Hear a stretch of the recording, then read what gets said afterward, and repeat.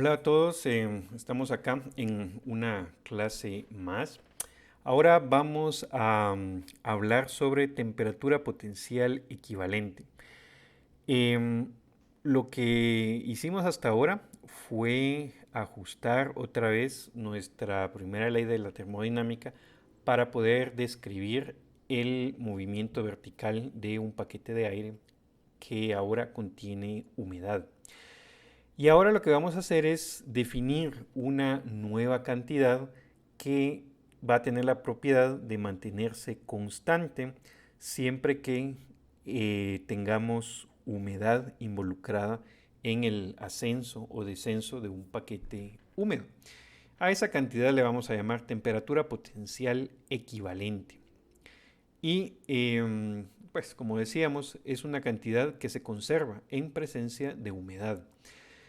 Em, para, para calcularla, pues partimos otra vez de la primera ley de la termodinámica, en donde, bueno, partimos de este punto, en donde ya habíamos expresado dQ va a ser la cantidad de calor latente liberada por condensación o evaporación, si es el proceso opuesto, en el interior del paquete.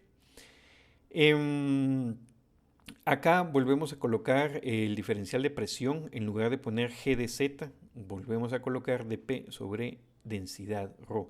Y entonces lo que vamos a hacer es utilizar la ecuación de estado para sustituir de aquí la densidad.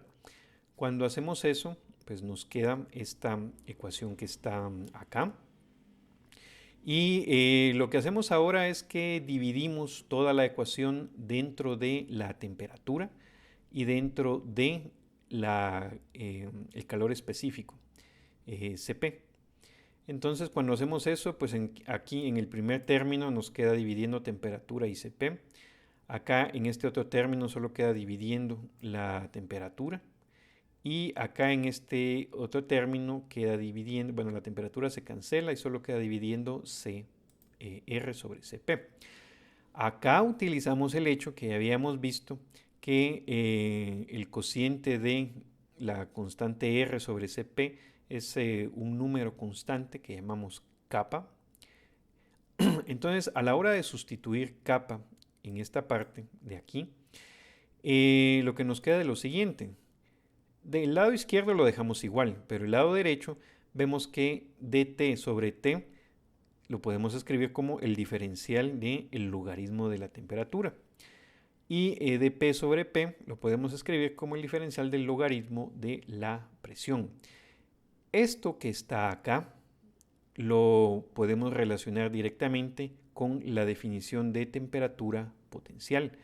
Y lo que está acá no es más que el diferencial del logaritmo de teta, que es la temperatura potencial. Entonces sustituimos estas dos cosas por el diferencial de el logaritmo de temperatura potencial. Y entonces aquí ya casi tenemos lo que queremos.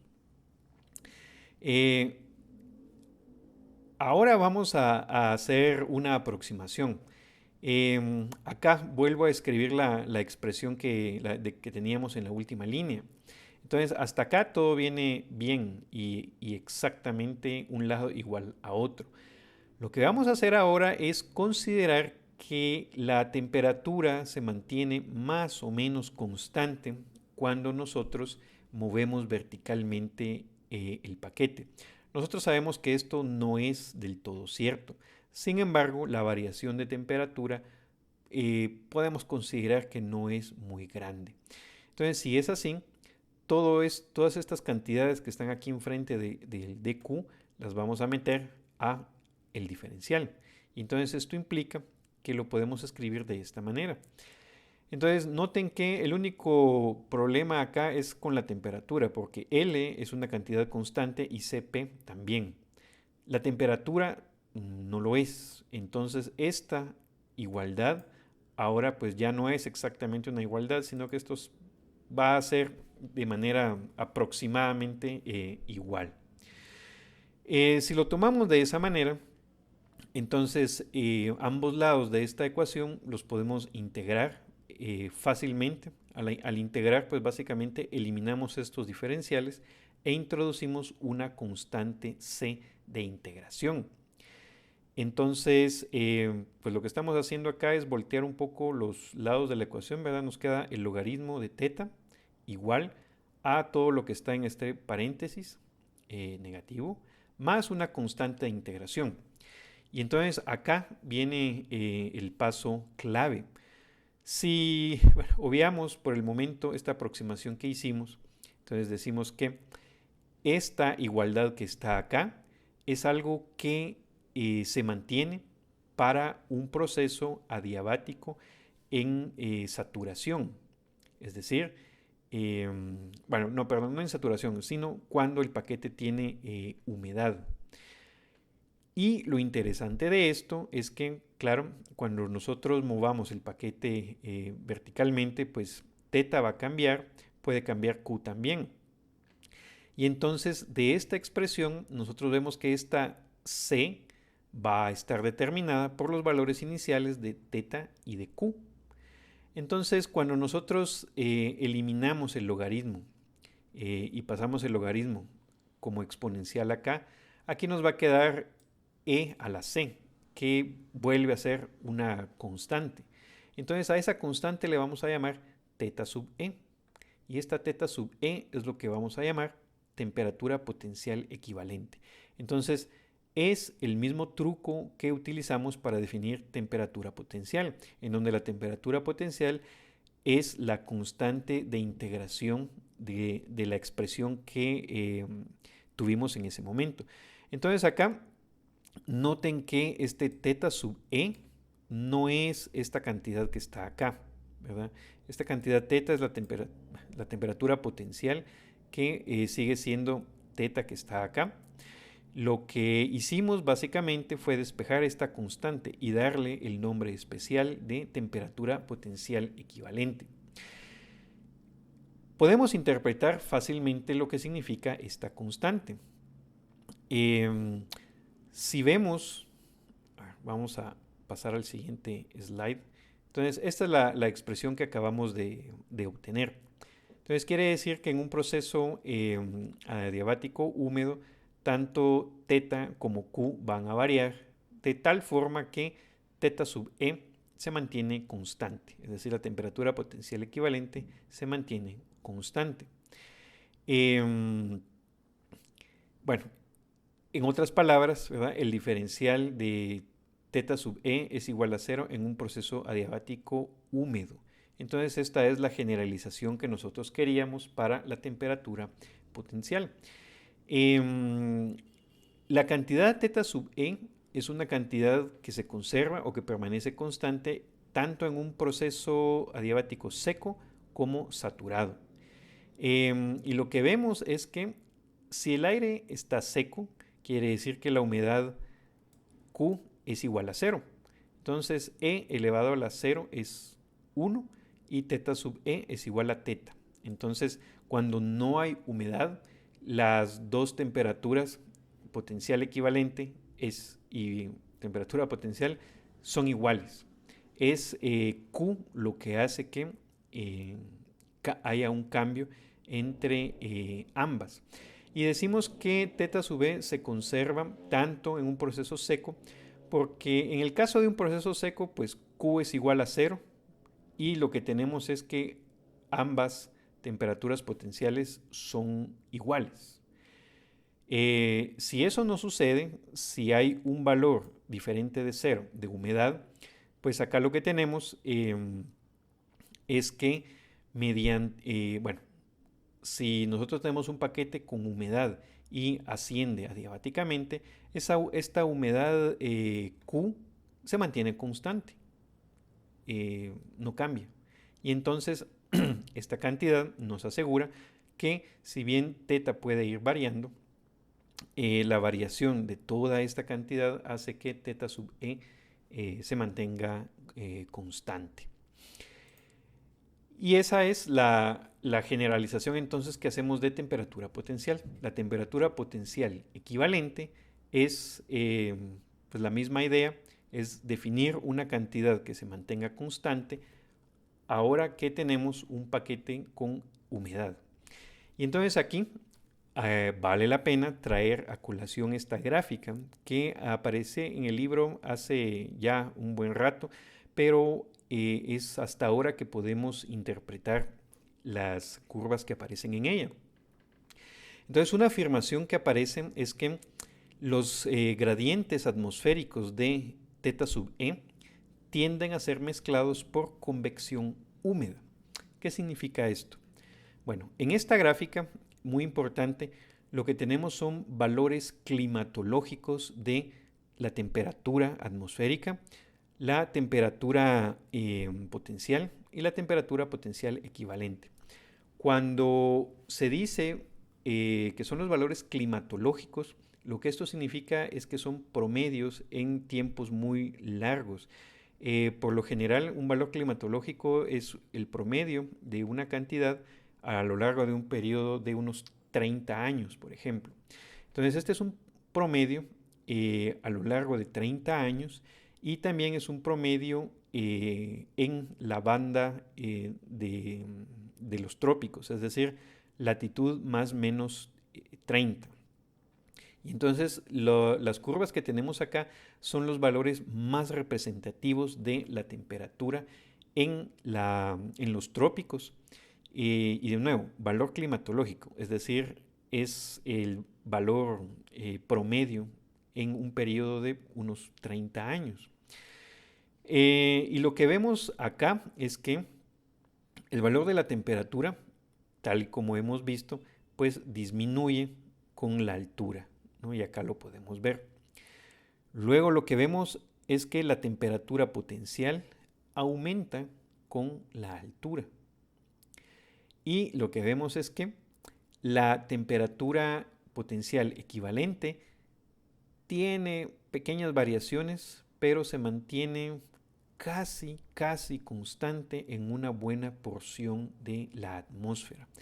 Y esto es lo que significa que los gradientes de temperatura potencial, es decir, cambios pronunciados de θ sub e con la altura, tienden a ser mezclados por convección húmeda. Porque recordemos que al final de cuentas nosotros definimos θ y θ sub e para tener una cantidad que nos diga si la atmósfera es estable o inestable. Dado que si, por ejemplo, en un proceso adiabático seco, la trayectoria de, de un paquete seco lo que hace es ser una línea perfectamente vertical, porque su temperatura potencial se mantiene constante.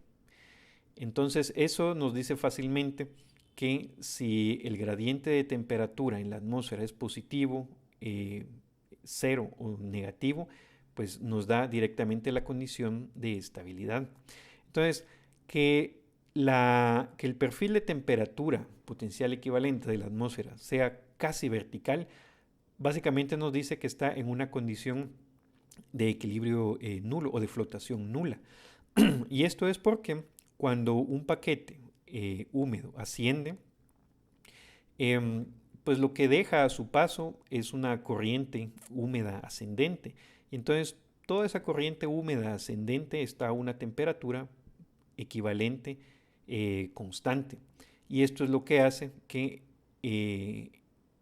el perfil de θ sub e en la atmósfera siga básicamente una línea vertical. Entonces esto es para decir que la atmósfera en promedio, la atmósfera tropical, prácticamente está en un equilibrio neutro cuando se tiene convección. Es decir, la convección hace que la atmósfera tropical se mantenga bastante estable ante convección. Entonces, esa es la importancia de esta cantidad, ¿verdad? Entonces ya sabemos que, por ejemplo, si θ, la temperatura potencial, aumenta con la altura, eso implica que la atmósfera es estable. Y entonces solo puede darse convección cuando tenemos humedad en el paquete de aire que estamos considerando. Para hablar un poco de convección en la atmósfera, vamos a mencionar los dos casos en donde esto se da, que es en la formación de las nubes que llamamos cúmulos y cumulonimbus. Entonces, acá, perdón, pues no quiero repetir todo lo que está en el libro, ¿verdad? Es más fácil que ustedes lo vayan a leer y tampoco quiero colocar acá todas las figuras que están en el libro. Pero sí quiero recalcar algunos puntos que son claves. Entonces, en el caso de un cúmulo, pues son nubes que se forman por convección, es decir, aire que se calienta en la superficie de la Tierra y que asciende por convección. Alcanzan una altura entre 1 y 2 kilómetros y en el movimiento vertical transportan un flujo de calor de más o menos unos 200 watts por metro cuadrado. Recordemos que la constante solar es más o menos 1400 watts por metro cuadrado, el flujo de energía que viene del Sol. Entonces, que una masa de aire transporte 200 watts por metro cuadrado de calor, pues es una fracción nada despreciable de esa constante solar. Y esto pues es lo que calienta también la atmósfera superior y forma parte de el transporte de calor que se realiza a través del movimiento del aire. Los vientos tienen una magnitud de alrededor de unos 2 metros por segundo y las fluctuaciones del aire dentro del cúmulo andan alrededor de 0.1 Kelvin. Y pues estas nubes se forman más o menos en un tiempo de unos 15 minutos. Serían las características generales de este tipo de nubes. Cuando hablamos de un cumulonimbo, hablamos de convección profunda, es decir, la temperatura inicial de esta masa de aire, de ese paquete, es todavía más grande, entonces puede llegar a alturas más altas, tanto que puede llegar a la tropopausa y la cantidad de calor que transporta puede llegar de alrededor de unos kilowatts por metro cuadrado, lo cual pues ya es comparable a la constante solar. Entonces, imaginen, una masa de aire en convección puede transportar más o menos la misma cantidad de energía que transporta o que recibimos del Sol. Claro, la diferencia es que la constante solar pues, es un flujo de energía prácticamente constante, ininterrumpido, mientras que la convección es episódica, sucede en algunas partes, en ciertos momentos del día, no sucede siempre. Acá los vientos pueden llegar a alcanzar unos 10 metros por segundo y las fluctuaciones de temperatura son alrededor de 1 Kelvin. Y este es básicamente el mecanismo de transporte de calor vertical en los trópicos. Este tipo de convección sucede más que todo en los trópicos y bueno, también es extratropical siempre que haya una masa de aire ascendente a una temperatura más alta que el entorno. Y para finalizar, quería comentar sobre esta gráfica, porque esto tiene que ver un poco con lo que hablábamos hoy en la sesión de la mañana, hoy martes 18 de agosto, en donde pues discutíamos qué tan válida es esta idea de que uno tiene un paquete de aire y que se eleva sin mezclarse con el entorno. Y entonces nosotros sabemos que eso pues es una idealización, lo que sucede es que sí se mezcla. Lo que pasa es que describir lo que realmente sucede pues es bastante complejo y necesitamos totalmente de la ecuación de los fluidos para hacerlo. Sin embargo, podemos todavía utilizar estos conceptos para entender qué es lo que sucede.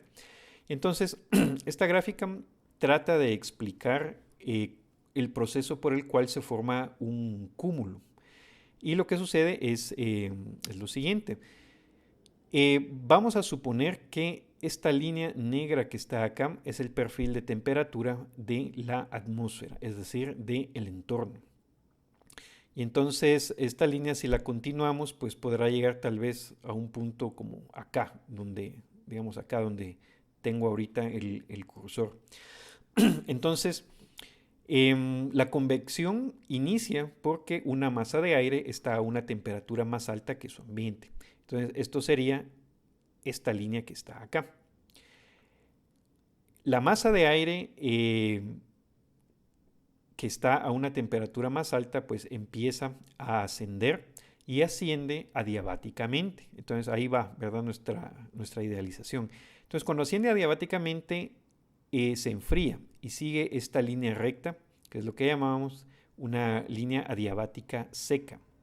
Entonces el paquete asciende cada vez a altura más alta y la temperatura va disminuyendo. Vamos a asumir que el paquete tiene humedad. Entonces llega un momento o llega un punto acá, justamente acá, en que el paquete ya se ha enfriado lo suficiente y entonces la cantidad de humedad que contiene es igual a la humedad de saturación. Entonces decimos que el paquete se enfrió hasta quedar saturado. Entonces en este momento el paquete ya no sigue esta trayectoria adiabática seca, sino que sigue la trayectoria adiabática húmeda, que es esta línea punteada que vemos acá. Y entonces aquí hacemos el cambio porque si el paquete sigue subiendo, lo que empezamos a tener es condensación. Y entonces cuando hay condensación hay intercambio de calor entre el vapor y el paquete. Entonces el paquete cuando asciende ya no se enfría tan rápido como en una adiabática seca, sino que se enfría un poco más lentamente, que es esta línea punteada que está acá. Entonces acá, cuando esto sucede, cuando llegamos al punto en que el paquete está saturado, decimos este es el nivel de condensación. Aquí es donde aparece, digamos, la base de la nube. ¿Hasta dónde llega esta nube? Bueno, entonces acá, en esta otra parte del diagrama, este es un zoom sobre este proceso que está acá. Y entonces, si el paquete sigue subiendo, pues sigue a lo largo de la línea punteada. Pero nosotros sabemos que se mezcla con el ambiente. Entonces, vamos a suponer que esa mezcla sucede de manera episódica. Es decir, el paquete sigue subiendo por la línea punteada y digamos que cuando llega acá se mezcla con el ambiente. ¿Qué implica que se mezcle? Bueno, la mezcla lo que implica es que la temperatura se homogeneiza. Entonces, de tener una temperatura alta, pues el paquete pasa a tener la temperatura del ambiente. Entonces, eso representa esta línea horizontal que está acá. Es decir, el paquete se enfría a la temperatura del ambiente. Pero supongamos que todavía hay una parte de ese paquete que está un poquito más caliente que el entorno. Y entonces continúa el ascenso, que es esta otra línea que vemos acá. Entonces el ascenso continúa en una adiabática húmeda y pues en ese ascenso se sigue mezclando. Entonces el efecto de la mezcla es que el paquete pues va a alcanzar la temperatura de su entorno. Entonces otra vez una línea horizontal. Si todavía hay un poco de aire a una temperatura alta, entonces esto sigue ascendiendo y así nos vamos paralelos a la adiabática húmeda, que es la línea punteada, y mezclando, que es la línea horizontal, hasta que pues ya no queda nada y el paquete, es decir, ya no queda nada de diferencia de temperatura y el paquete pues queda totalmente mezclado con el entorno. Y entonces ahí esta línea horizontal es lo que sería la parte alta del cúmulo. Es decir, que el cúmulo llegaría o se extiende desde el nivel de condensación hasta donde alcance a mezclarse con el ambiente. Entonces, esta altura va a depender mucho de qué tan grande sea esa masa de aire inicial y qué tanta temperatura tenga. La diferencia entre un cúmulo y un cumulonimbo es que el cumulonimbus puede seguir todavía más alto. Si no hubiera mezcla, por ejemplo, idealmente este paquete seguiría la trayectoria de la línea punteada y entonces podría llegar todavía a una altura más alta hasta que alcanza finalmente la misma temperatura que el ambiente y entonces ahí deja de flotar y deja de ascender. Entonces idealmente llegaría hasta acá arriba, pero debido al proceso de mezcla, pues no llega tan arriba, sino que se queda acá un poco más abajo. Entonces esta es una descripción todavía cualitativa de cómo podemos entender que en realidad hay una mezcla de aire eh, en el proceso de convección, que es lo que sucede en realidad. Entonces, acá en el libro pues hay más detalles que pues, yo acá solo estaría repitiendo lo que ustedes estarían leyendo. Entonces, les recomiendo mejor que lo lean porque no es nada realmente complicado. Entonces, por hoy nos vamos a quedar acá y pues ya saben, cualquier duda o comentario que surja, pues lo podemos discutir en cualquier momento.